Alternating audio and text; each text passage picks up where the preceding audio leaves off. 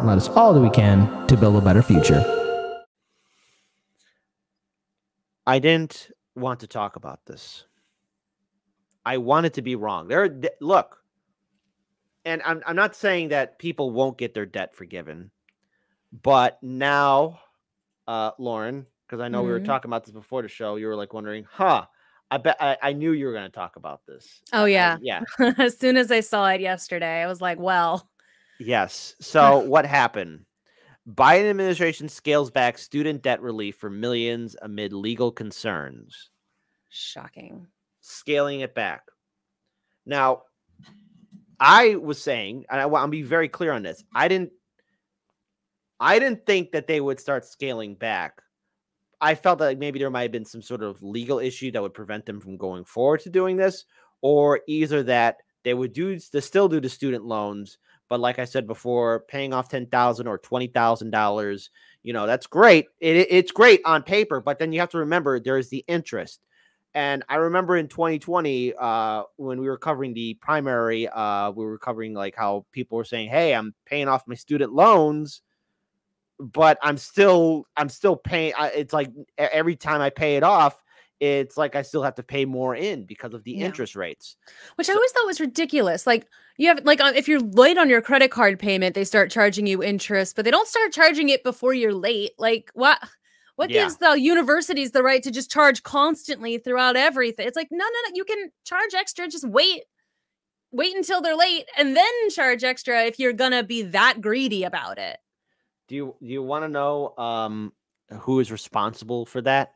The guy's name who I highlighted. See, Joe Biden in 2005 sided with the credit card corporations to make student debt what it is. Now, obviously, even before then, college was starting to become expensive. It was done gradually over time. But Biden was one of the architects who sided with the credit card corporations.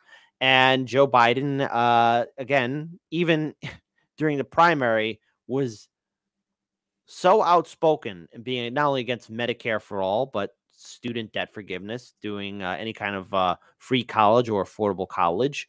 And so now the Biden-Harris administration is scaling back its debt relief program for millions of Americans over concerns about legal challenges from the student loan industry. Again, hold on. Let me say that again for the people in the back. Let me highlight that word. Student loan industry. Ugh. Why can't millennials kill that industry? Like, millennials are blamed for killing all sorts of industries. Let's kill the student loan industry. As well as new lawsuit from Republican-led states. So here's the thing. It might be too late for millennials to destroy the student loan industry, but Gen Z, it's not too late for you. So listen to me. I know a lot of you are definitely want to continue on with higher education or do something else or go to a trade school or something like that. Here is my advice, right? Now, sit down, breathe in, breathe out. Here is my suggestion. Number one, go to a trade school. Number two, if you do want to go to college, you're going to have to plan it out. You obviously graduate from high school, right?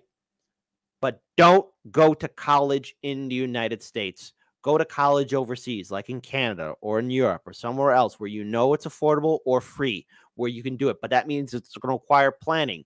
And that means the time to start is now, right? It's one thing for me to say this as some sort of like commentator right here, but do not fall into the pyramid scheme that is higher education here in America. Now, obviously, there are some community colleges too that are affordable as well. Go for that, but do not get sucked into this. All right, it is not too late for you guys to destroy the student loan industry. Look at how they screwed over boomers, Gen Xers, and millennials. Gen Z, you want to give a 1-2 punch to one industry. This is it, the student loan industry. Do not go to college here in America. If you want to go to higher education, go overseas, go outside the United States, or go to a trade school or go to community college. Okay. Because the thing is, student debt has been crippling millions of people. Millions of people. Your travel bills are not going to be as high as your like actual education or the loans anyway. Like the travel bills will not be as bad as all of that. Yes, exactly. And the thing is, I'm seeing here in the chat here too. Community colleges from Devotion Orange are really stepping up their programs too. Yeah. Valerie Purcell says our community college is one half the university in this town. Community college is what my kid is doing. Very good, affordable, and lots of people do some excellent teachers. Good. Like they get their associates at a community college affordably, and then they go to another college to get the bachelor's to finish the last 2 years of school, which is also a lot more affordable than trying to do just a 4-year degree at one place. Now the thing is, look, I'm all for student debt forgiveness, and I got the GI Bill and the Illinois Veterans Grant to pay that off, right? But I'm hearing from a lot of people, why should I pay off someone else's loans? Well, the thing is, this was done by our government. So look, here, continue on the article. In a reversal, sorry, I stuttered there. Let me clear my voice out. In a reversal, the Education Department said on Thursday it would no longer allow borrowers to have federal student loans that are owed by private entities to qualify for the relief program. The administration had previously said those borrowers would have a path to receive up to $10,000 or $20,000 of loan forgiveness. It wasn't going to happen. The policy change comes as the Biden-Harris administration this week faces first major legal challenges to the loan forgiveness program, which Republicans have rallied against as an illegal use of executive power that is too costly for taxpayers. But yet we have money for war. That's what I mean, though. Like, guys, like, it's not okay. I would not have any issue if my taxes stay exactly the same as they are, but I know that they're going towards things that I actually care about. I don't want all of my tax money to be going to foreign wars or to make sure our military budget stays like leaps and bounds and 100 times higher than anybody else in the world. It's like, I would love it if those taxes would go towards healthcare, towards building roads, towards student loan forgiveness. Like, can we please, like, that's what I want my taxes to go to. Yeah. I definitely want my taxes to go to something that's, worthwhile, not bailing out the banks. I wish I could Wall choose. Street. We should have a multiple choice. Or like, some foreign war. So the states of Arkansas, Iowa, Kansas, Missouri, Nebraska, and South Carolina have asked the judge to strike down the debt cancellation programming, arguing that it's illegal and unconstitutional. You know what else is unconstitutional? It's giving countless billions of aid to ridiculous foreign wars. The student loans that are guaranteed by the federal government but held by private entities account for a relatively small, shrinking subset of all outstanding federal student debt. They compromise with several million of the roughly 45 million Americans with federal student loans. But there are significant business interests, that depend on federal guaranteed loan program. A wide range of private lenders, banks. Sorry, I stuttered with that word. Let me clear that up. Banks. I'm sorry. Boy, oh boy, I'm stuttering all over again. I'm sorry. Banks, guarantee agencies, loan services, and investors. That industry is widely seen, both inside and outside the administration, as presenting the greatest legal risks to the debt relief program. God forbid anybody but them get money. Many of those companies face economic losses. When they lose borrowers who convert their federally guaranteed loans into new loans that are made directly by the Education Department through a process known as consolidation. There we go. Administration officials said that when they announced the debt relief program in August, that borrowers with federal guaranteed loans could consolidate their loans in order to receive loan forgiveness. The Education Department said Thursday that borrowers who already took those steps to receive loan forgiveness would still receive it. Bullshit. But the agency said it would still provide debt relief to borrowers who have applied to consolidate into the direct loan program prior to September 29th, 2022. But the department said that pass is no longer available to borrowers after the new guidance. And here is their BS. Our goal is to provide relief to as many eligible borrowers as quickly and easily as possible. And this will allow us to achieve that goal while we continue to explore additional legal available options to provide relief to borrowers with privately owned FFLE loans and Perkins loans, including whether FFEL borrowers could receive one-time debt relief without needing to consolidate. Okay, so that's a word salad right there, right? They didn't really give you an answer. So privately held federal student loans featured prominently in the new lawsuit filed by GOP attorneys on Thursday. The lawsuit filed in a federal court in Missouri is based in part on the theory that the states are harmed directly by the Biden administration taking steps to forgive federal student loans held by private entities. Federal student loans held by private entities. I'm sorry. Oh, I screwed that up again. Federal student loans held by private entities.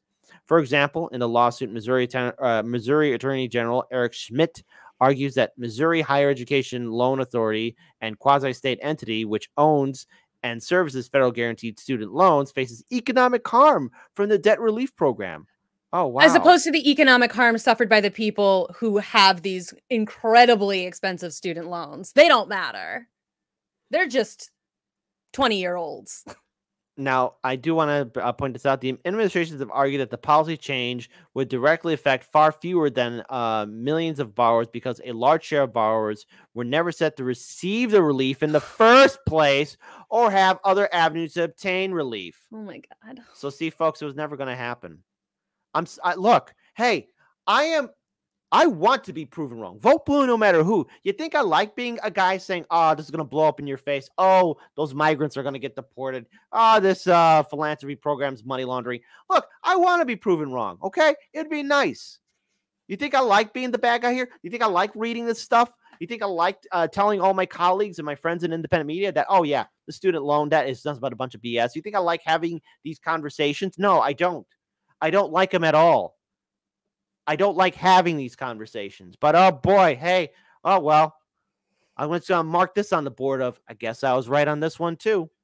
Some 1.6 million borrowers with privately held federal student loans also have a direct loan, according to an administration official. Those borrowers will still be able to obtain debt relief under direct loan, the official said, though it is possible that they will receive less overall relief. Also, I kind of remember the direct loan was never quite as much as the other one. It was always like a lot less money on the direct loan. Mm-hmm. Another 1.5 million borrowers have a certain type of privately held federal loan, an FFEL consolidation loan, would have faced a complex process for making their loans eligible for relief, according to an administration official, combined with some additional drop-off for borrowers who exceed the income limits of the program. Administration officials argued that only 770,000 borrowers would be directly affected by the policy change. That's it? Now, see, here's the thing. Earlier this month, the Biden-Harris administration released data estimating that 42.4 million borrowers across the country would be eligible for the debt relief. Oh, that's very different than 770,000. Hey, I'm not a mathematician. I am not wise with the numbers, the addition, subtraction, multiplication, and division. But, 42.4 million compared to 770,000. Turns out the administration was just lying through its butthole. So if this was a way for them to try and get people to turn out to vote because we got to vote for Democrats because they care. But do I? No, turns out Democrats don't care. You think the administration actually gave a damn? Now, here's something I find funny, Lauren. Okay. It's not clear why the Biden administration decided on Thursday to pull the plug on allowing the subset of federal student loan borrowers to participate in the program.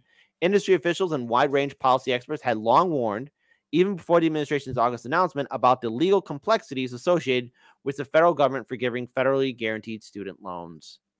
Top education department officials and industry groups had for weeks been negotiating a compromise deal in which the companies were compensated for their losses and would avoid suing the administration over the issue. Those discussions have not yet produced a deal, but the administration signaled on Thursday they would continue negotiating, which means probably even out of that 770,000, more people will not be eligible.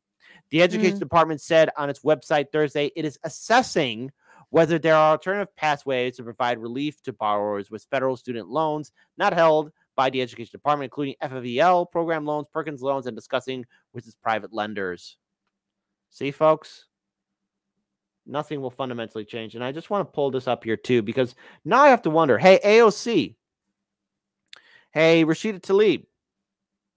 Hey, Ayanna Presley. Hey, Ilhan Omar. Is the Biden-Harris administration still exceeding expectations? And I'm wondering now, and I got to pull this video up. I'm just going to play just a few short minutes of it. I'm wondering if Ilhan Omar will go back on the Majority Report to talk with Emma Beveridge and Sammy Boy Cedar about, that student debt forgiveness. And now I think the answer will be no. But here, let's hear this glowing, hyped up softball interview. Minnesota's 5th Congressional District. Congresswoman, welcome back to the program. Thank you so much for having me, Sam.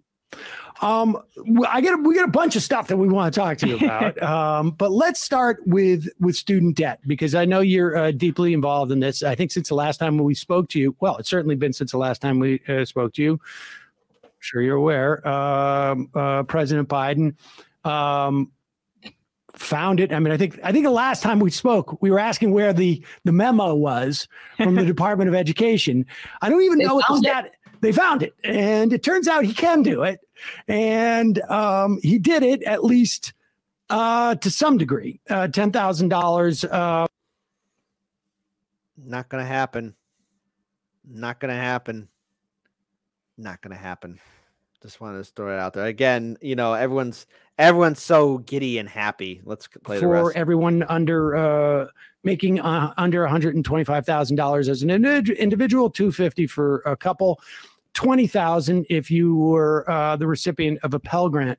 I have a sense I know the answer to this question, but what do you think about that debt relief? Yeah, I mean, obviously I've been a champion in trying to get complete student debt cancellation, but this is significant. 43 million of the 45 million who have student debt will feel some relief. 20 million of those will have their student debt wiped out. And so, the day that it was announced, I was getting text messages from people who in my district who've been part of that movement, who've been campaigning alongside me to try to get student debt cancellation in tears, because, the amount of debt that they had would ultimately be canceled by the time this is processed. So we are grateful that the president, did find the memo, that he did carry out the promise he made to me end of March when I met with him in the White House, that he will move some sort of student debt cancellation, and ultimately did keep his campaign promise. Ha. Ha. Oh, I hope they do a follow-up interview. Hey, audience. I would love to see a follow-up interview. Hey, audience, let's have democracy in the chat. Type 1 if you think Sammy Boy Cedar and Emma Beveridge are going to bring back Representative Ilhan Omar for a follow-up on this epic failure of the Biden-Harris administration backpedaling on their promise. So instead of 43 million getting student debt forgiveness, it's going to be far less than that. And turns out many won't be eligible. Hey, type in the comment section below. What do you think it is? Lauren, let's get your comments.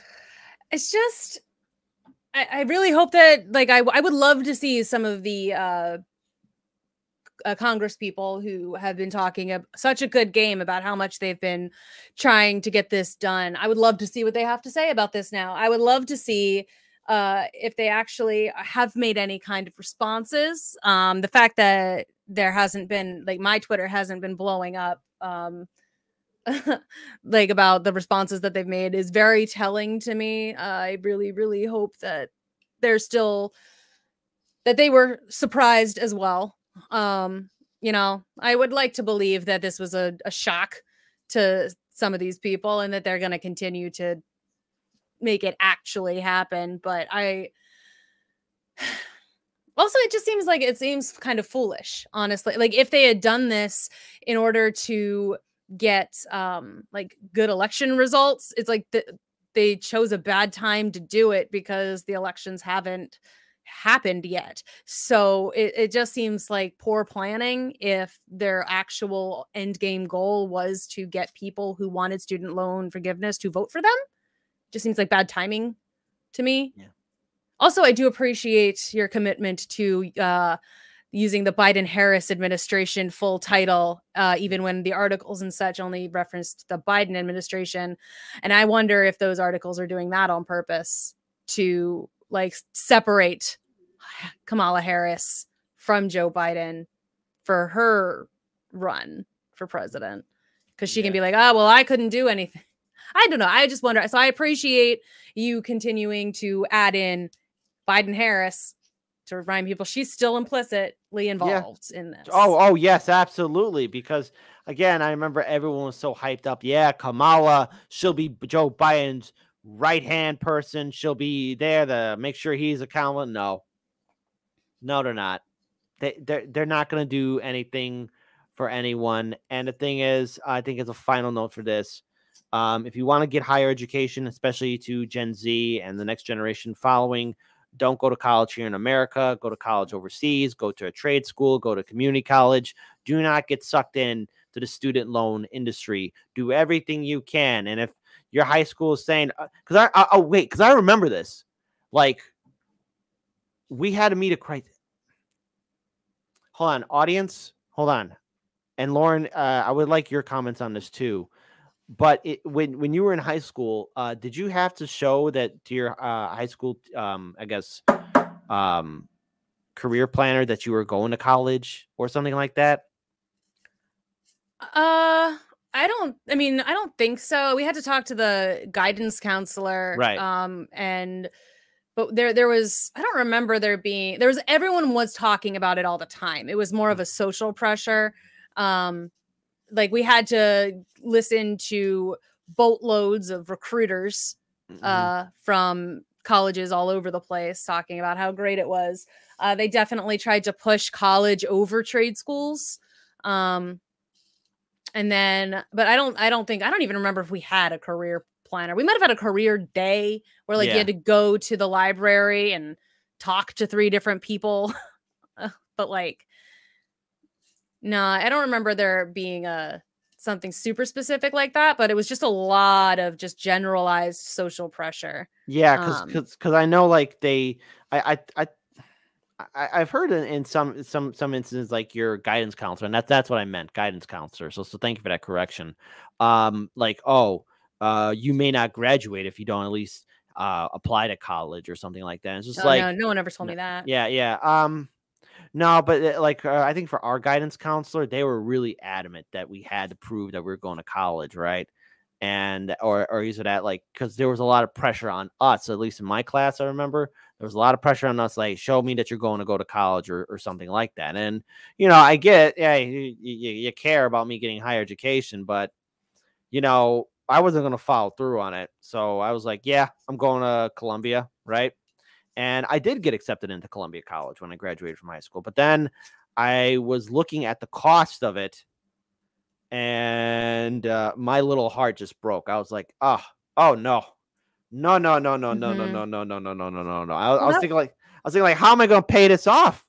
And I remember my sweet grandmother, she was saying, "Don't worry, kid, I can help you out." I'm like, "No, Grandma. No, you're not doing that. You're not doing any of that." And that's when I decided to enlist in the Marine Corps. But that's a different story for another day. I had also like there was a bunch of colleges that I would have really liked to apply to based on what I knew I wanted to do with my life. I've loved to apply to NYU or Northwestern. There was a couple of places like that I was like I wanted to apply to. But when I was looking through the like at the cost of it, I was like, there's no way. Like I knew my parents were going to be more or less funding my college education, which great. Thank you very much for that. But I was like, because I knew that, it was also like, there were so many places that I was just like, well, I can't go there. Like, it's too much. Like, even though I'm not going to be necessarily footing the entire bill for this, it's way too much. There's no way. I can't do that to my parents, especially and I can't do that to my siblings because I knew they would be coming up behind me going to college as well. So like it stopped me from going where I wanted to go. It stopped me from even applying to where I wanted to go. I ended up in a school that it was, I was fine. I didn't hate it, but it also certainly didn't help me achieve any of my goals. Yeah. So like it ended up being, I feel like kind of a little bit of a waste. It's like I didn't get what I wanted out of it. I didn't make any lifelong friends. I like learned some things, but I don't know. I just feel like if I had been able to go to the schools that I wanted to go to, if I'd even been able to consider them, like things might have ended up differently. I probably would have ended in Chicago a lot earlier. I would have been here a lot sooner than I got here. But. Wow. I had a friend, right? And I'm going to keep him anonymous, right? But he told me this story about his guidance counselor one day. I think I met him way back in like 2011, and he didn't go to college, and he just said, "Hey, look, I'll tell you what my counselor," because he was impressed that, hey, I was going to Northeastern, and he was like, "Oh, damn, wow, you got that education happen for you." He was happy for him, but he said like his guidance counselor was like, he showed him a picture of a pig in like crap, and he says, "That's going to be your financial future. You're just going to be wallowing in nothing but crap if you go to college. Don't go. You're wasting your time. Do something else." And to his credit, he's a plumber. He's doing pretty good for himself. He makes bank. Yeah. Plumbers make money. Plumbers make money, and I'm like, you know what? I'm happy for him. Good friend. But yeah, he was like, nah. So like, hey, I deal with crap, but at least I get paid and I'm not stuck in debt. And I'm like, yeah, all right, good for him. Mm-hmm. And that's the thing I have to say for everyone, like especially for Gen Z and the next generation to come up. Don't go to college here in America. Go to community college. Go to a trade school. If you really want to get a higher education, go overseas. You want to destroy the student loan industry? Don't participate in it. And if your guidance counselor is trying to say, "Oh, you got to do this," or you may not get you, just lie. Just be like, "Yeah, I'm going to wink. Yeah, sure, totally. Yeah. I'm going to do. Yeah, sure." And then I'm not telling you to do it. I'm just suggesting it's a good idea. Okay? I'm a huge advocate of lying to your guidance counselor. Yeah, lie. Sometimes, and people say sometimes telling a lie is hurtful. No, sometimes telling a lie is a good thing because there's the truth, and then there's the truth. Right. Mm-hmm. So there you go, folks. Let's see.